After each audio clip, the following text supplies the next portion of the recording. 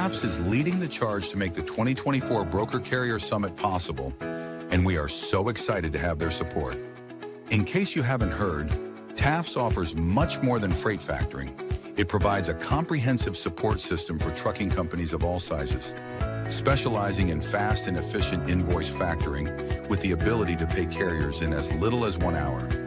And TAFS services go well beyond factoring, offering a fuel card that unlocks major fuel discounts, flexible business loans that are designed to cater to the distinct needs of a carrier's operations, a dedicated, responsive client experience team, and much more.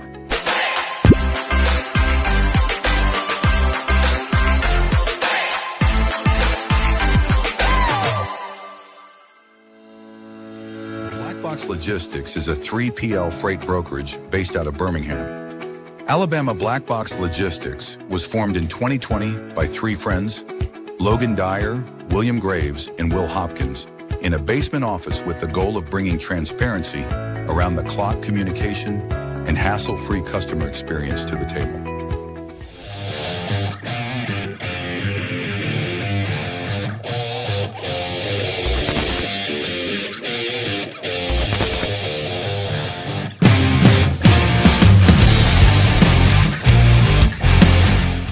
LoadBase is a logistics software solution that simplifies the process of tracking carriers.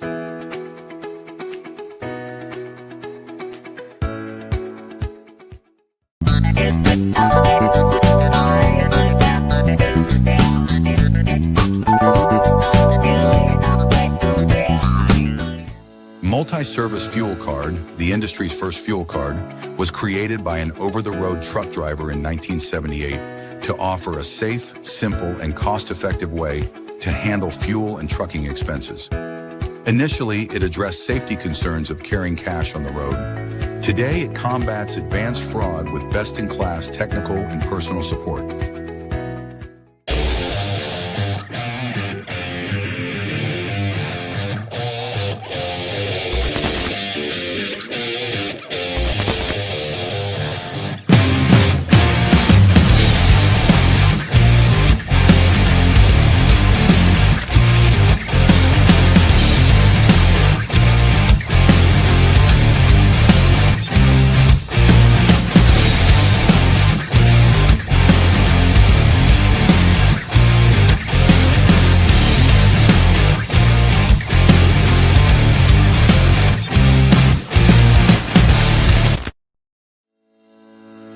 Sales-CRM is built for freight broker and agent sales teams.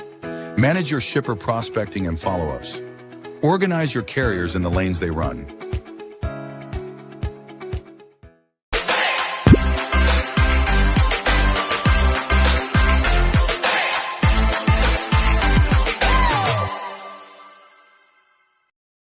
HD Ships is a leading logistics provider specializing in sustainable and tech-driven freight solutions. With hubs in Reno, Phoenix, and London, we deliver comprehensive services, including full truckload, expedited cross-border, and intermodal freight. Leveraging proprietary technology, we offer 24/7 tracking, real-time visibility, and advanced automation to ensure safe, compliant, and efficient transportation. Our commitment to sustainability enables clients to offset emissions through carbon credits, aligning logistics with environmental goals. At HD Ships, we prioritize transparency, reliability, and exceptional customer service, empowering clients to achieve seamless, sustainable logistics solutions worldwide.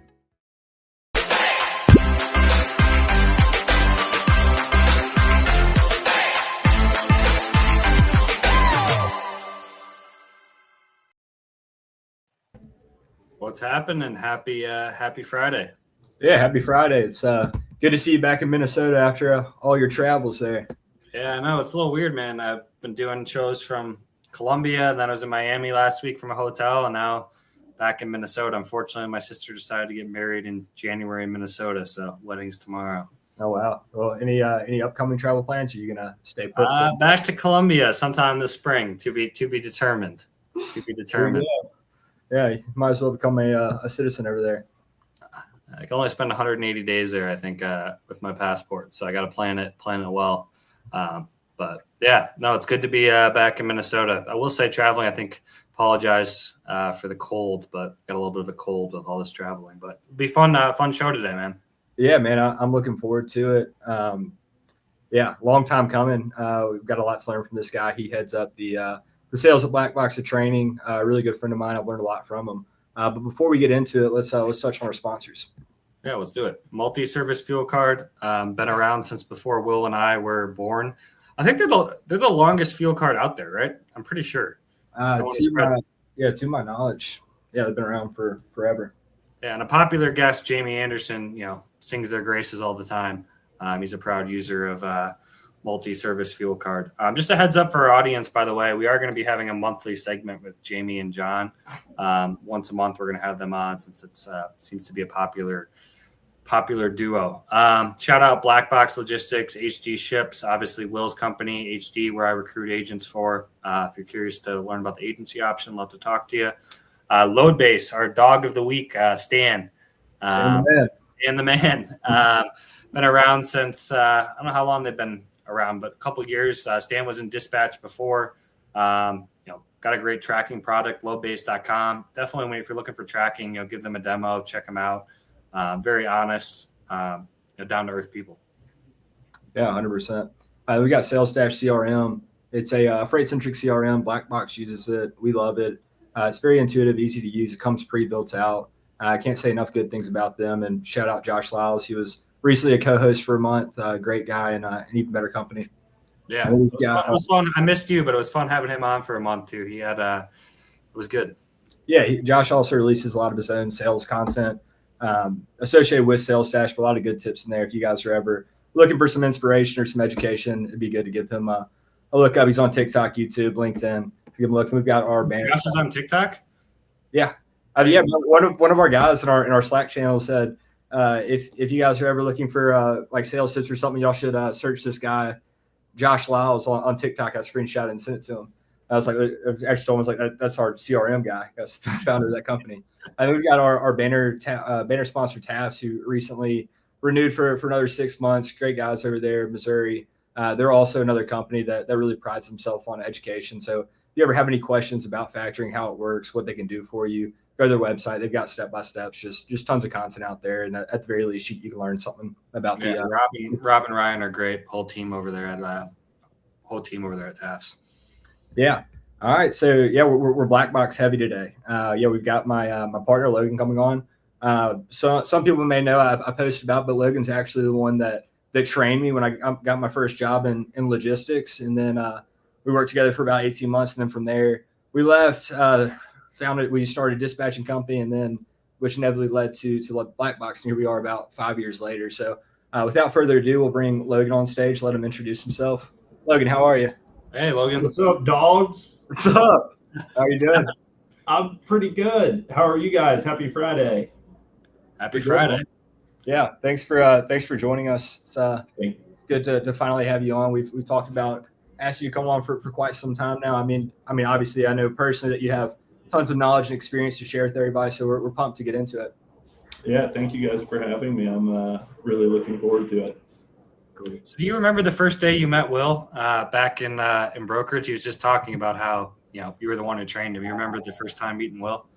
Yeah, I do. I had actually met Will before that at a buddy's house, and he was talking about Fortnite and had he was wearing like a bandana on his head. And then he showed up at the office one day, and I was like, oh God, this is who I'm training. But obviously he grew on me a little bit, and it kind of transitioned into a long, healthy, bountiful, almost brotherly relationship. So, yeah.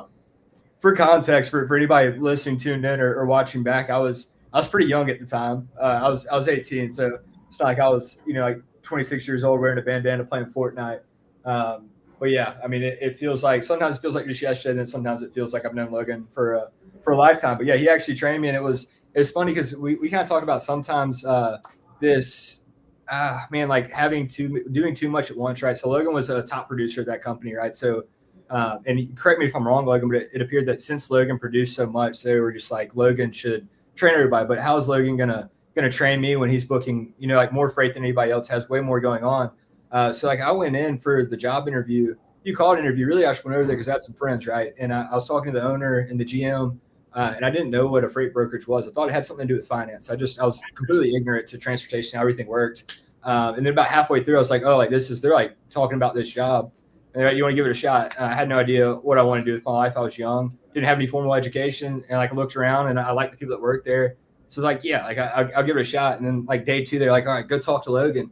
And Logan handed me like this huge binder. And he's like, all right, like read through this. Read through it. He's like taking calls, this and that. And I get through. He's like, any questions? Like, yeah, quite a few. Then he takes another call. He's like, all right, go make calls. But Logan did help me throughout the process. But the first day was a lot. So they're just like, man, just go figure it out. And then I got a load. There's no classroom training. You were just kind of like thrown to the wolves. But now Logan heads up our training and does a fantastic job. And it's extremely hands-on. But for me, he threw me to the wolves. So, but yeah, you also have some you have to retain some staying power here, and I'll be lucky to ever get on again. But that's not entirely how it went. I ran him through some equipment types, had to take a call. Then I threw him the binder, and then I said, "Welcome to the shit show. Get used to it." Called me a name. And he picked it up, from there. So he's got to be a little more filtered with it, but that's kind of how it went. But he picked up quickly, and obviously hit the ground running fast. But yeah, it was definitely fun to watch him develop and grow. Yeah, and it's just kind of been history since. Do you have anything to do with him not doing reefer ever again? Do you remember his reefer crazy story? Why he never did reefer? So not exactly. Now, he was young. I was also young. I was 22, I think. And I do remember him getting his first shipment, I think, was a multi-drop reefer into Canada. Yeah. And I think we screwed that up, like, by not clarifying what currency we were using in the initial negotiation. And that was like the first bad experience of like 15 bad experiences with that shipment. True. Yeah, I remember it. I don't think I facilitated that. I think I would have told him better. I've given some really, really bad advice before, but I don't think that was a specific example of it. No, it wasn't Logan. It was really like me doing it, everything. And then like something would start burning, and then I would bring it to everybody, and they'd be like, "Why'd you do that?" And I was like, "I don't know. I just didn't. I wouldn't ask for help." Yeah. But yeah, so also Logan and I lived together, so like he was really good as a sounding board for me, which he had a couple years more experience than me. Got started, so like we go back to the house and I'd have questions after hours. He was always there and able to like walk me through stuff. So definitely like a huge part of me being able to get started quicker is that like I had like freight people around me at all times. So like if we were at the house and something came up, I could just like walk over and like, hey, like how do I do this? You walk me through it. So that was awesome getting started in logistics as like a younger person. How did you get started, Logan? What was your lead up to finding out about logistics and getting started in this company? Yeah, I grew up in Atlanta and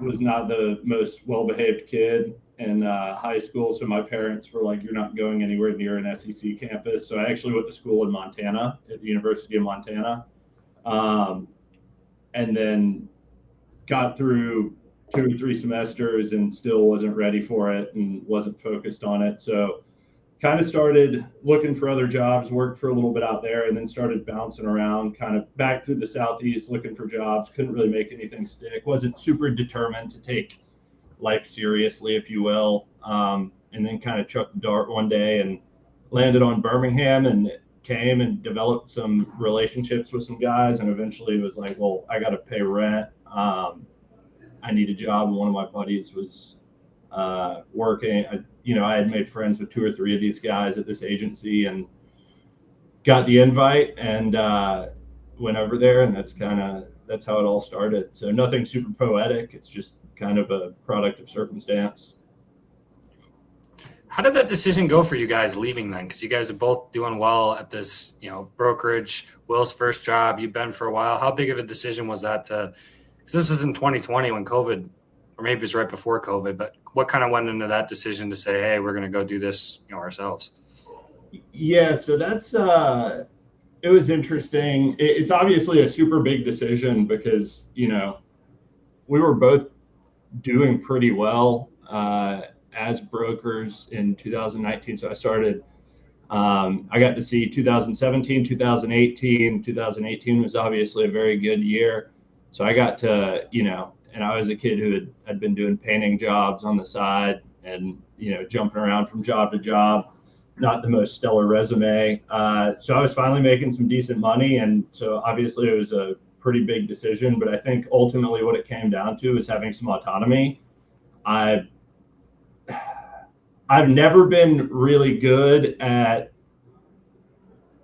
working for others as good as I am at working with others. And I think what ultimately drove the decision is I was at a point where that combined with kind of a developed work ethic and habit and routine. And I think the combination of not necessarily wanting to work for somebody as well as feeling like I had harnessed enough life skills to take on the responsibility of maybe working for myself or with a couple of partners ultimately drove the decision. But the intention was never to scale to the extent that we were. I think we would have been fine initially brokering our own freight and then playing Apex Legends and like eating cheeseburgers in the house that we were living in and working out of. So I hope that answers the question. Because you guys started in the basement. It was you three in a house in 2020 during COVID. Like how was that time? It was fun. So we started doing the whole third-party dispatching service thing.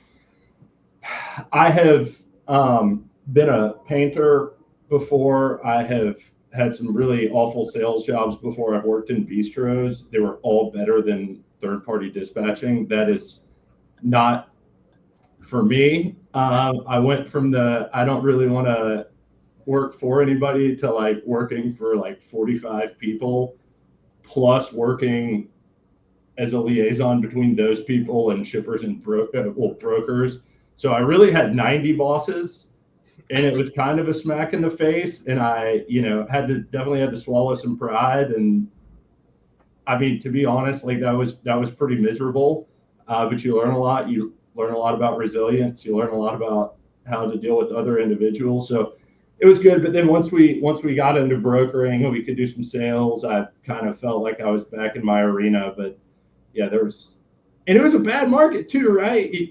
It's COVID, yeah. Calls from carriers who have no CDL, 20-foot hot shots, and not knocking anybody's hustle at 5:45 in the morning. You're telling me that you're going to need $3.20 a mile today. It's like, dude, I hate to tell you this, but 70% of the businesses in the country aren't working right now. And like, I also hate to tell you, but fabricated steel isn't what they call them, like a necessary industry. Yeah, an essential business. Like nobody wants ornamental steel. The government's just not buying that one. So also your authority's like 2 weeks old. So like everybody has these authority time requirements. So like out of the like 100 loads that like you could have access to, like you can only book like 15 of them. It was a shit show. Yeah. For context, you guys were doing this your non-compete, right? That's why you guys got into dispatching, right? Yeah. It wasn't like a choice, like, hey, I really want to open up a dispatching company because you guys were like super passionate about this. Like, what else are we gonna do for a year? So like Logan's talking about, like he's like painting houses and all of this. Like I work for moving companies. We didn't really have like, not that we're incompetent, we didn't have like a lot of like good like skills to like go apply for like cool jobs for like a year. So it's like, am I gonna go work at like Walgreens for a year, or are we gonna do something to stay in touch with the industry, advance our skills, like learn something that's kind of like complementary to the brokerage. So it's a really good segue. And man, it wasn't an original idea. We have a friend who did the same thing and kind of gave us the blueprints for how to do it. And again, we're living in that house. So it's like, we're just like, yeah, we'll buy time for a year, do this, see what comes of it. So I mean, good and bad, pros and cons. I'd reiterate with Logan. So like you learn a lot through it, or, like I learned a lot through it. So, but yeah, like we like the brokerage a lot more, obviously. We're not dispatching. I will say though that completely and totally like reinvented my perspective and like the respect that I have for carriers and drivers. Truly, it is rough getting out there and, being on the road and having to negotiate. And to be honest, like you got a broker who's barking orders, who's getting barked orders at by a shipper, and you're kind of catching the brunt end of all of them. So it is, it definitely recalibrated my view and kind of the relationships that we aim now to build with carriers. So that was a good learning experience for sure. How was it coming back then after a year of not working with these customers when you guys had decent books? I mean, when it came time where you guys could broker again, was it difficult getting those customers back? Did many of them come, as many as you thought, or how was it when that time was up about, reaching back out to these old customers? Yeah. So actually we only retained about 10% of our customers after the contract was up. You leave and you're positive that people are going to stay and wait. That's just not how the world works. But it's kind of a blessing how much I hated dispatching, because I was pretty motivated to get on the phone and start converting some customers, anything, so we didn't have to dispatch to pay the bills. Yeah, so I'll say this. So, when we left, we had pretty big books, right? And we were under like the notion that they would be there like waiting for us. And we had like the date, like circled on the calendar, and there was time like call the phones. That just like wasn't reality, right? And that was kind of like a gut punch. You got to get into gear and get some new accounts, which I continued dispatching while they started the brokering. But yeah, I mean they were able to land new accounts, but it wasn't how we imagined it when we left, because we were kind of, I don't want to say banking, but we were expecting to have those accounts. And over time, we were able to get more than 10%, but immediately it was kind of, I don't know, it was surprising. But yeah, we only got like 10% at first. So you guys just basically were starting from scratch, the brokerage from the house, full on sales mode, 2020 after the non-compete came up. Yeah. And I remember we were early 2020 sitting in the back room at the house and looking at the news, and we were like, do you think COVID's ever going to make it here? Well, 3 days later, they're like, we had like incorporated the dispatching company, and they were like, it's in Seattle. And we were like, oh shit, okay, here we go. So, it was definitely concerning at the time, but it wound up being the best swing in the history of freight. So, yeah. It's funny how that works, right? Like it happens, it's like, it's like awful, but then it actually turned out to be a really good thing. Also met a lot of characters dispatching. Man, we onboarded this one guy who we didn't know at the time. He's Matt, you had posted about an Alaskan trucker. We actually dispatched a guy that was out of Homer, Alaska. And we booked him on a couple loads. He ended up ghosting us, not paying us. We're like, something's off with this guy. Gave him a quick Google, and it turns out that he had been, and I'm not gonna like name drop him, but he's like very visible online on the, like the internet. You gave him a Google, but he'd been arrested for driving from like Florida to Alaska, or maybe it was the reverse, like Washington to Florida from Alaska. Been up for like 8 days, LSD, meth, cocaine, like on all kinds of drugs, like on the side of the road, trying to put his credit card in the gas tank. This like 4 years before we onboarded him, and actually looked him up because we were talking to the Taft's guys, and he got his authority revoked. So no telling what happened this time, but he owes us a good bit of money. But just he owes us money, but like I'm still, he still gets brought up occasionally, and I'm still asking who exactly wants to volunteer to go collect, because I'm not going to do it after reading the news articles. So I mean, I figure we chalk it up to the game on that one. Yeah, I think we're going to have to. How did it go kind of like growing then? Like you guys obviously, when did you guys like kind of start hiring your first couple employees, or thinking about getting an office, or how did like expansion go back at that, the early stages of Blackbox? Yeah, so it was super organic.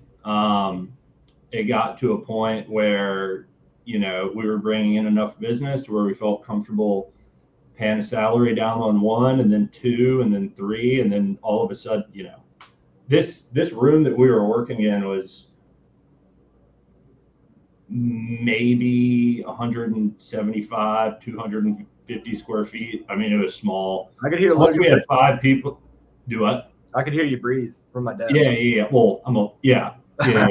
But yeah, I mean, it just happened organically, and then we ran out of room, so we got an office, a couple miles from the house, and all of a sudden we ran out of room there, and then we got another one, and so I mean, it was it was simpler times, right? Because sitting next to somebody who's just starting, it's fairly easy to give direction and kind of give immediate feedback. And that's one of the hardest parts that for me personally of like to where we've gotten to now is how do we give that feedback and that direction and that instruction on a large scale. And to be honest, you are going to lose some of that. You're going to lose some of the personal touch. You're going to lose me sitting next to a brand new rep. You're going to lose Hopkins sitting next to a brand new rep and saying, hey, this is why that call sounded terrible. This is what you did right there. So you lose that. But those were simpler times. And like, I think that contributed a lot to our growth is that the smaller the space, it seems like the faster people evolve and pick up. But so with scaling size, you also have to scale training and learning and knowledge.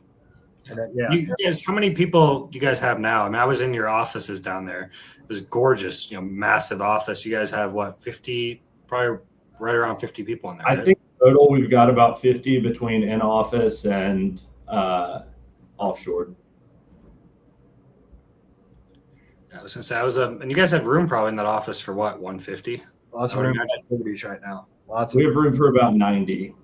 No, maybe it just seems since there's so many square feet in that office, maybe I was guessing higher. But man, the fire marshal likes to have his hands in everything. He likes to tell you how many people you can put in a room. Yeah, he's making me. That's a joke.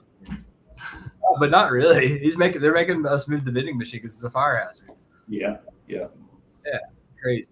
But yeah, I'll say about like when we're scaling, and Logan's talking about like as we're smaller, like like in a small boat, like you can see who's not paddling. It's really easy to kind of like see what's going on with everything. And as you get bigger, there's more stuff that we've had to build out, and kudos to Logan who's really headed up a lot of that stuff, the SOPs and just kind of the stuff that nobody talks about when you're talking or thinking about like starting a business, the things that become necessities that like aren't fun to do.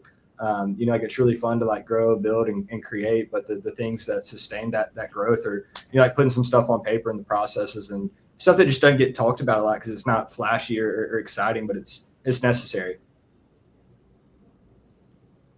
So you're heading up all the sales training right now, right, Logan? Or what is kind of sales training? I mean, we obviously talk to a lot of salespeople on this show. Probably a lot of salespeople are listening. And what does kind of sales training look like at Blackbox? I mean, what are some things? So we do 3 to 4 weeks of classroom style training, and the first 2.5 weeks are typically industry training. So we're teaching, hey, what is this equipment type? What are these accessorials? What are these charges? What's a layover? We'll go over markets, and it's impossible to educate somebody in a week on which markets are going to be good and why, but we go over supply and demand. We go over variables that can impact market conditions. We go over just basic supply and demand stuff all the way down to like mentioning some good markets. And we like to get them to internalize what's going to affect those markets and what's going to affect different equipment types. And then the last week or so is sales training. And we go over a lot of stuff. And it's hard, right? I think there's a big disconnect on training SDRs and AEs and just floor level sales reps. I think a lot of people get it wrong. And I could very well be wrong on this, but I think you saying, hey, get this, first off, we don't do scripts. We don't believe in scripts. I've never bought anything from somebody who is utilizing a script. So instead of saying, hey, go offer this person value and putting down a white pages, we like to educate them on the industry. And then from the jump, what kind of my approach when I'm training is we're going to start at the mechanics of a cold call. We're going to start at what's important in a cold call. We're not giving specific verbiage, but we're going to listen to recordings and identify like what we're trying to keep up and what we're trying to keep down. So we do have an ICP that we go after. We're primarily open deck, small to medium sized businesses, but we don't limit our reps on what specifically they can do. And in freight, it's tough, especially with these new guys. Because if let's say I call a greenhouse, I know that they are busy in the spring.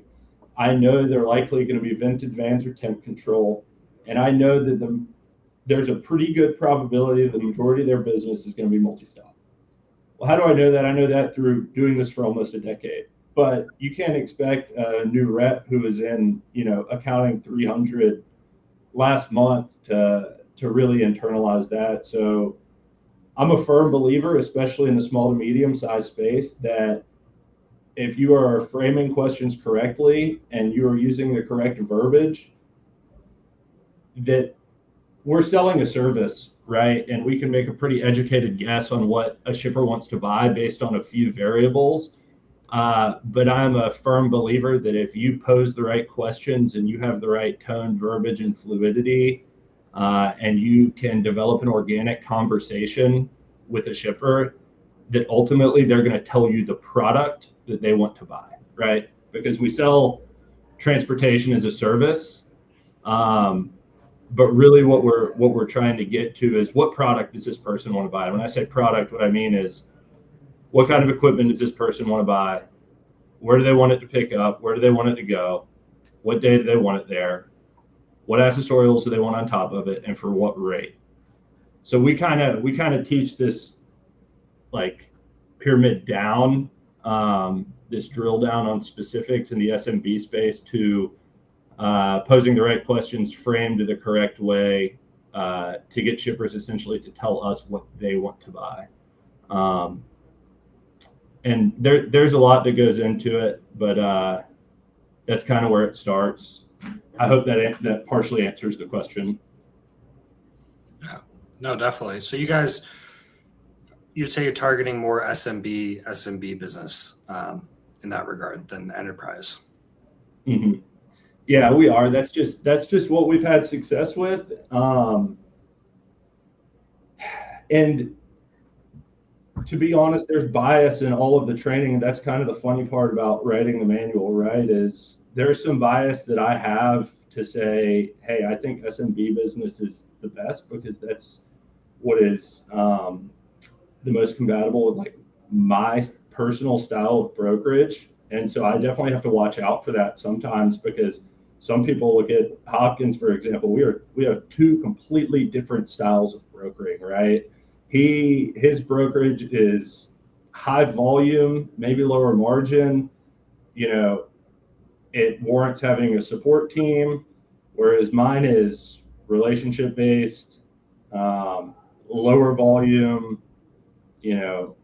Really, really harping on the service aspect, the relationship aspect. So yeah, I mean,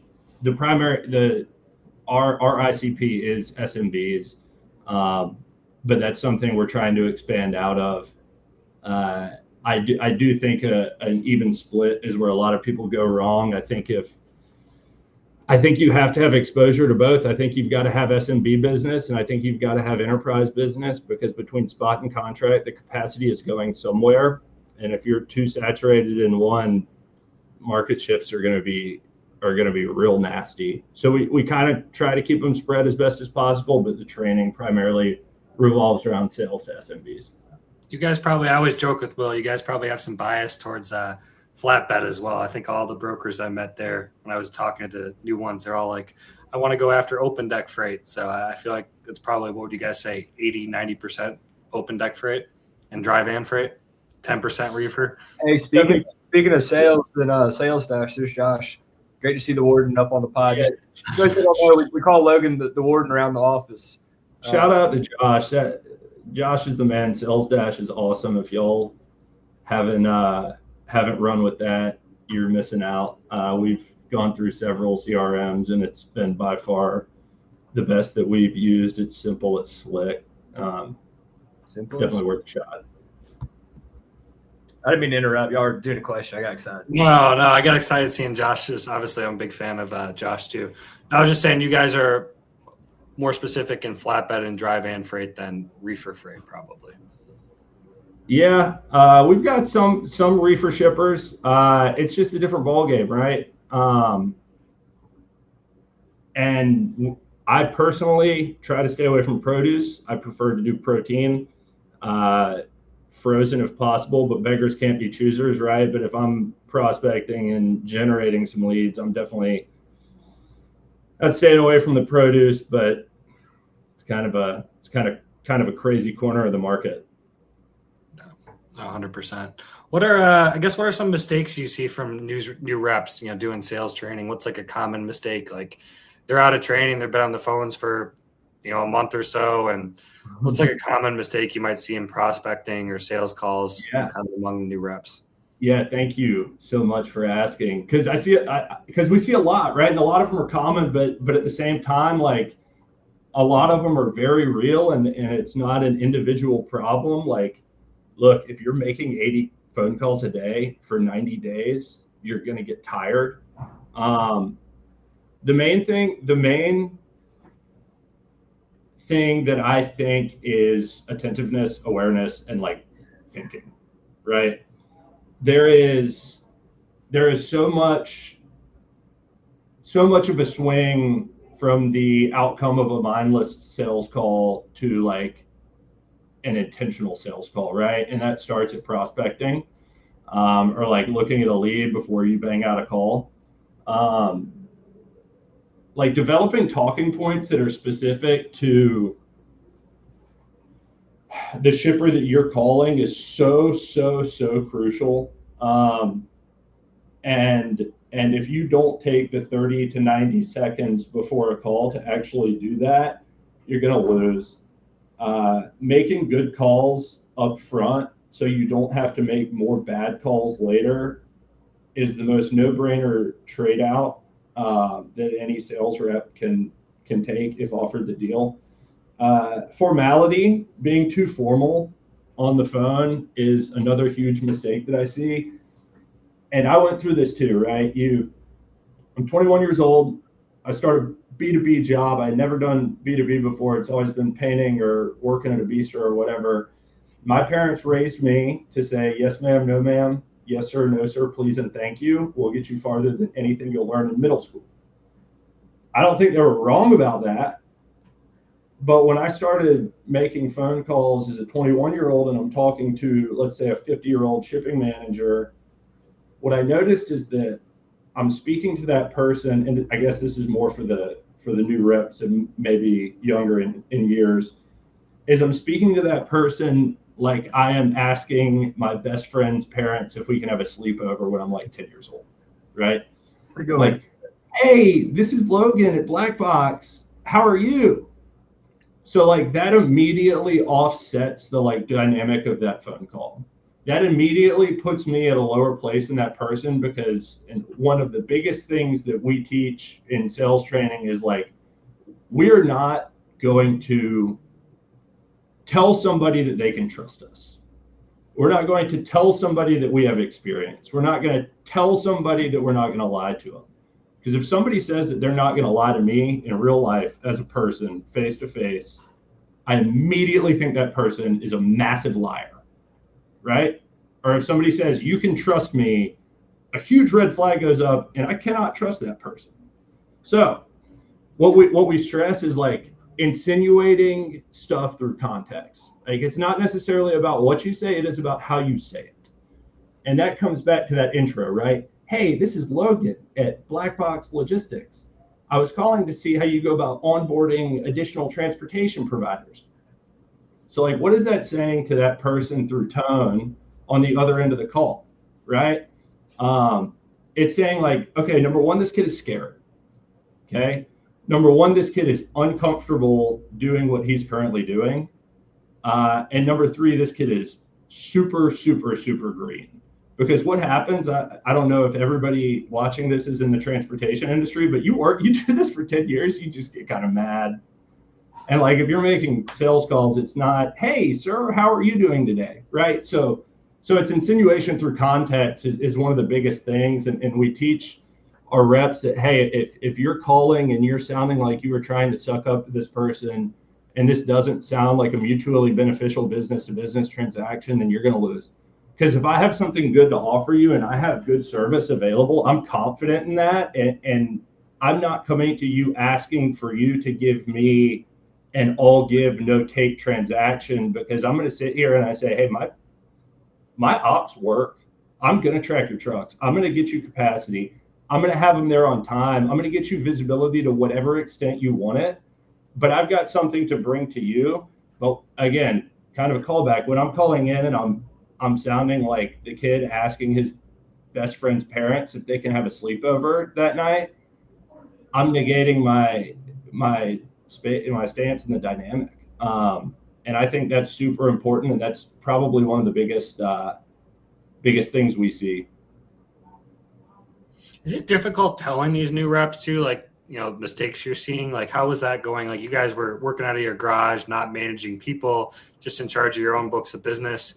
And now you're, the boss, and trying to teach these new reps. I mean, how is that? Like, having to, fire your first employee, having to, tell them, hey, this isn't working on a sales call. How was that transition, or how is it now? So I'm gonna attack the telling them it's not working on a sales call thing. Yeah, I'm gonna go with that conversation instead of the terminating conversation, because that's definitely never fun for anybody. So yeah, it's a great question, right? And it's hard because I think people learn not off of, hey, you're doing this wrong. Because if I tell them there's a problem and I don't give them a solution, I'm not doing my job. And this is going to sound silly, but I learn with pictures. If you want me to read a book, I hope there's pictures in it. That's not true. I read, I promise. I just, I learn better with pictures. So what we do is on a call, I'm going to tell you what aspect wasn't good about it, what we can do to pivot off of that change. I'm going to explain why. And 90% of the time, that why is, I want you to put yourself in the shipper's shoes, and I want you to pretend like you just said what you said to you. That's pretty explanatory off of it. But I'll put it in pictures, right? I'm going to draw. Share. Yeah, I'm going to draw. I'm going to share my screen real quick. So he's much better at sales than he is drawing. Seen some outlandish things drawn on whiteboards. Yeah, but technology's really come through. Can you guys see that or no? Yeah, I got to put it on the screen. All right. Yeah, so this is just an example. So if I get a rep and they're like, hey, how do you go about if they're calling a steel shipper in Sylacauga, Alabama, who is a small to medium-sized business, and there's just, a ton of evidence on the internet that they're moving freight and outsourcing, and they call and they say, well, how do you handle your transportation? Well, okay. I listen to that and I say, hey, here's what we're doing here. When you call into this prospect, you have an educated guess right here about what they want. So what is my educated guess about this shipper? I'm going to say, I think they need flats and steps, tarp, Alabama capacity, informal approach. And if anybody's listening on Spotify or Apple at a later time, he's basically got a triangle turned upside down. So it's going from very wide to pretty thin here. And he's kind of working through from top to bottom. So that first description's going on the top line. Right. So if I have a rep and they call in and they say, hey, I was trying to figure out, how you go about handling your transportation. Well, this goes back to the thinking thing, right? If you take 30 to 60 seconds to prospect before a cold call, you're going to say, okay, well, what commodity are they moving? I can pretty well deduce the equipment type from that. What markets are they in? How many locations do they have? Well, I can pretty well deduce where I need to sell my capacity at. I look at the company size and I say, hey, this needs to be my approach on this. This might be the job title I'm asking for. So my approach there is going to be way different than if I'm calling a dry, high volume, 15 distribution center network, 3,000 RFQ per quarter lane, 3,000 lane per quarter RFQ. So that first step is getting here, right? And then I believe that in freight, the sales cycle goes down here. And I mentioned earlier, that I think if you pose the right questions and ask the right things, that shippers are ultimately going to tell you what they want to buy. Because how do you get a quote with SMBs? And a lot of people will probably disagree with this, but the way we train reps is if you've gotten enough information about a specific shipment to build that shipment minus a PO number, you've essentially got a load so long as your price is right and you've got capacity for it. So let's say I call this shipper and I say, hey, I've got some flatbed capacity. We deliver to X plant that's 4 miles away from you in Sylacauga. Tell me about your shipping operations. Where do you ship? What do you ship? How do you ship? What calls for it? Right?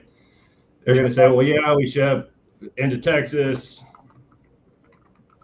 flats, no tarp, hot shot. Right?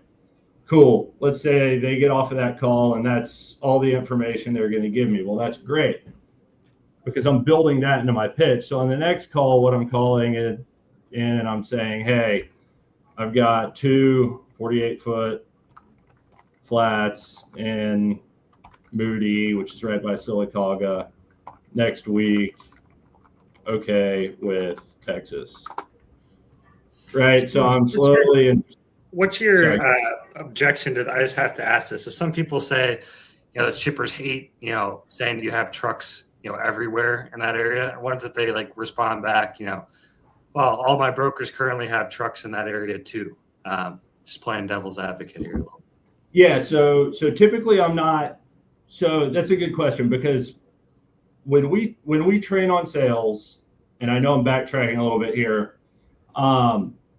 And I think one of the most important things is to listen, right? So when we train on sales calls, we say the first thing you need to say is, hey, this is Logan at Blackbox, how are you? Or, hey, how are you? Or good afternoon, how are you? So I can prospect all day up here, right? And it matters, building like a hypothesized guess on the equipment type. But when I say how are you, I do care about how that prospect is doing, but more than anything else, that how are you is for me to listen, gauge, and determine how I'm going to execute the remainder of that cold call. So if I say, how are you to you, Matt, or if you call me and you say, hey, this is Matt with HD, how are you? And I say, good. What does that tell you? It's going to be a tough call. Right, but that's worth noting, right? Because at that point, I've still got all of this information up here. And what it's giving me is the ability to execute this information behind a filter of matching tone, fluidity, and verbiage. So if I call you and I say, hey, how are you? And you say, good. I immediately can deduce a few things. Number one, you don't want to be talking to me. Number two, you're probably busy. Number three, you get a lot of these calls. Okay, and that's great because what happens there is a lot of people are going to say, this person doesn't want to be talking to me. I'm going to freak out and I'm going to say, I'm sorry. I know you get a lot of these calls, which is an awful thing to do on a sales call. Or even worse, some people aren't going to listen at all and they're going to ignore it. And somebody's going to say, good. And they're going to say, great. I was wondering how you go about onboarding your transportation providers. I mean, it happens all the time, right? It's terrible. But what I get when I ask how are you is I not only get like a response, but I get a second to totally wrap my approach in a film to match how they're doing. And I think that's super disarming to a lot of people. And I'm not saying when the guy says good, you just turn around and be an asshole to him, right? Because that's not how it goes. But if you're matching that and you're saying, hey, you don't have to tell me you don't want to talk to me for me to understand that you don't want to talk to me. So the remainder of this conversation, we're just going to go back and forth like this, and that's fine. So if I hear good, I'm going to say, good to hear. Hey, quick question. I'm Logan with Blackbox. Got trucks down by you. Pretty experienced in the flatbed sector. How do you go about shipping? When do you ship? What do you ship? Where do you ship? And it's kind of disarming to people, I think, when their tone gets matched and people don't recoil from necessarily like a bad response. Because I think a lot of reps, what they do is they do one of two things: they shut down and they start apologizing, or they just totally disregard it, which I think is worse, to just continue in like a super enthusiastic pitch when your prospect answers the "how are you doing" question with trying to tell you that they want you to kick rocks.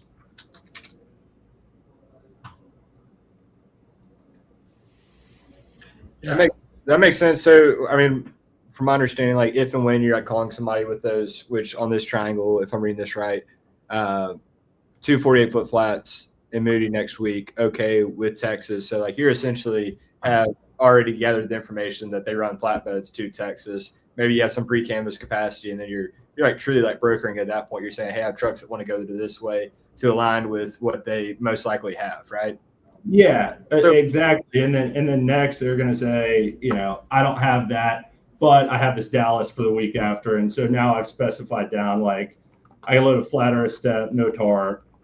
Yes, you're not saying. So I think what Matt was getting at, a lot of brokers call and say, like I've got trucks, I've got capacity everywhere, but really we're honing down and getting quite granular with that capacity, saying, hey, we have X trucks that want to go to this place, as opposed to saying like, hey, we've got trucks empty, willing to go anywhere, and then it's like really broad. Whereas this approach is a little bit more targeted, and it's based off of information that's already been gathered. So yeah. I'd be the big differentiator between if you're just, I guess I'm kind of answering Matt's question, backtracking a little bit. Yeah, and we kind of got off on two separate tangents, and I know that was probably misleading because I have like the drill down of like actually running to a close on a customer right here, and I'm also explaining like how to initiate some momentum in a cold call elsewhere. But like this is call number 1. These are my assumptions. Like this is what I know into call number 2. This is what like I'm offering on call number 3, and then on call number 4, he's saying no, but I have this, and then perhaps I ask him for a target rate. Like call number 5, I've gone from like an educated guess on what they could want to like, hey, he needs a flat with no tarp going to Dallas on the 28th for $1,350. So like I've specified that service down into a product, if you will, and I think that's how we convert customers in freight, at least in the small to medium sector. Yeah, makes sense to me. Does that answer your question? Yeah, no, 100%. I think we could talk about this stuff all day. It's fun conversations for sure. I like the picture approach. Thank you. You're the first one to present anything on the podcast. So inaugural presentation there. Well, good. I feel like a pioneer. You are a pioneer. Yeah. Thank you. So how often does golf come up on these? Some context. I played golf with Logan and Will down in Alabama. Logan's a big time golfer. A lot of your customers golfing. Are that ever coming up in prospect calls? No, none of my customers golf, and it sucks. I should. Yeah, I don't know. I should have been in insurance. I got buddies in insurance, but I don't think they've been in the office since 2023. It's crazy. They're playing golf all the time. Unfortunately, none of my customers golf. So when I go, I typically go with friends or alone. But it's a pretty cool thing to be able to have a really stressful day at work and then go outside to a golf course and just compound that stress so much more. I haven't had fun on a golf course in 30 years. That's why I love Sprite. Makes sense. There's parallels there. Yeah. You hit the course today? It's what, 2:00 in Alabama? No, girlfriend's going out of town this weekend, so I'm on boyfriend duty. This afternoon, I think we're going to go see a movie, but probably try to play tomorrow. Yeah, got some nice courses down there for sure. Well, it was fun having you on, Logan, and kind of learning a little bit about the backstory with Will. Anything else you want to kind of mention before we close out? Not in particular. I mean, if you're a new sales rep, momentum in a cold call is key. Truly, if what you're saying or asking to a prospect, like your words matter, you get so many words per call. Like if you're not utilizing those to build your momentum, you are killing your momentum on a call, and momentum is the absolute key to cold calling. So position yourself well for 2 exchanges out by asking the right questions now, if that makes sense. Yeah, it makes a lot of sense. Well, Logan, yeah, we've enjoyed having you on. We'll have to do it again.